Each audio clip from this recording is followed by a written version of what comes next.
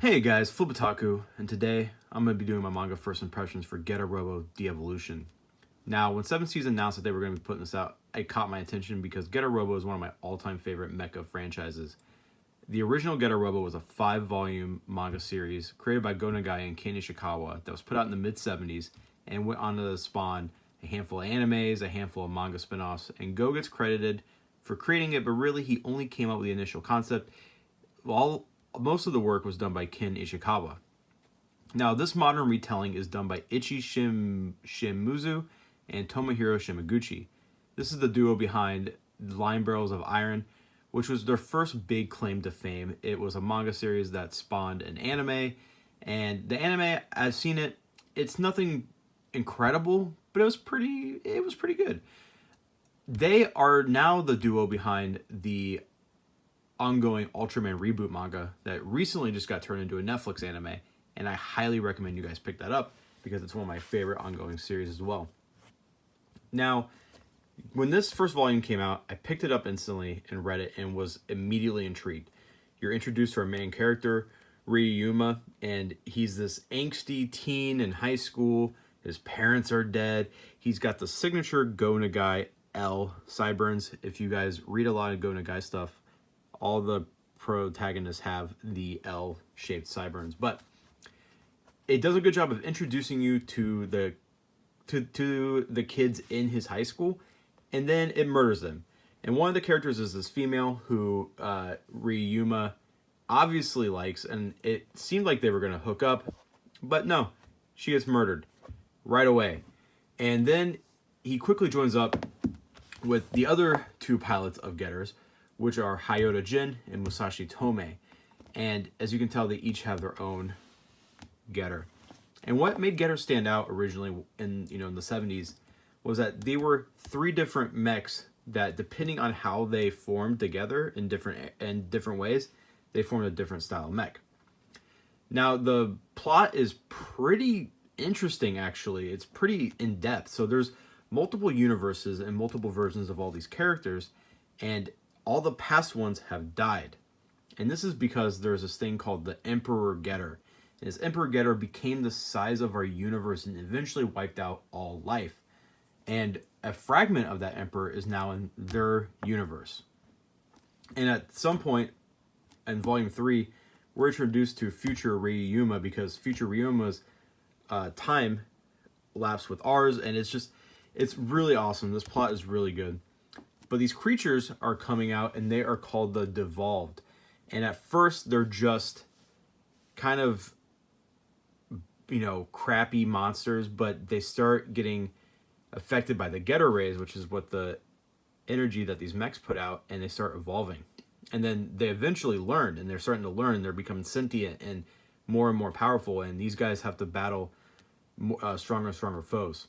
So it's kind of Monster of the Week type battles, but with a plot that's actually pretty deep and very engaging. Now, it's definitely a very clever twist on the Monster of the Week genre. But so far we have these 3 volumes, and I gotta say, I am loving it. The artwork is really good. I'm gonna flip through it right here. It's actually pretty sublime. So I'm gonna show you guys some of the fights. I love this too. Open, get, and then they eventually morph.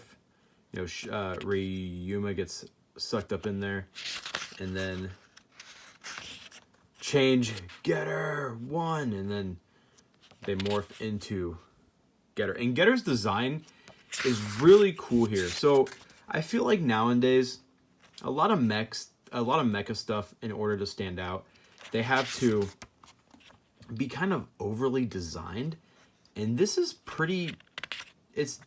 the Getter here is designed pretty well to where it stands out and there are details, but it doesn't feel over the top. It doesn't feel too much, and I think that's a really fine line to be balancing on. The artwork in here is some of my favorite artwork of any ongoing series right now. Look at that. It's just beautiful mech shots. And also what I like is that when a city gets destroyed, it gets destroyed. It's no longer there. The people in it are dead. So there are a little bit of consequences to the fights. They have to be careful with how much power they output, where they fight the monsters at, and stuff like that. Look at that. That is one of the more intelligent creatures that they fight. And each book, each volume ends on a cliffhanger, and it adds a little bit more to the story. Now, this is ending in 2 more chapters in Japan. Volume 4 is coming out in October, so this is going to be a total of 5 volumes, kind of like the original series. And the questions that are left open aren't too much to where I don't see them finishing it up in just a couple chapters. I can easily see them finishing up in 2 more volumes. I am super excited, and honestly, it's taking everything in my willpower to not read this online. This is such a good series, guys. If you love mechs, if you love beautiful artwork, get this. This is such a good series, and like I said, it's going to be 5 volumes, so it's not going to be a huge time sink. It's not going to be a huge money sink. This is going to be a nice, short series that's going to look great on your shelf, and I can't wait for it to be finished. So it'll probably be finished next year. But yeah, let's just go and I showed you volume 1 and 3. Let's show off some artwork in volume 2. I love it. I love this. It's very scratchy. The artwork is so sublime. I love it. And the creature designs are so amazing in my opinion. Also, what I like is at the end of each volume, they give you a little design book right there. Check, showing off some of the creatures and some of the mechs.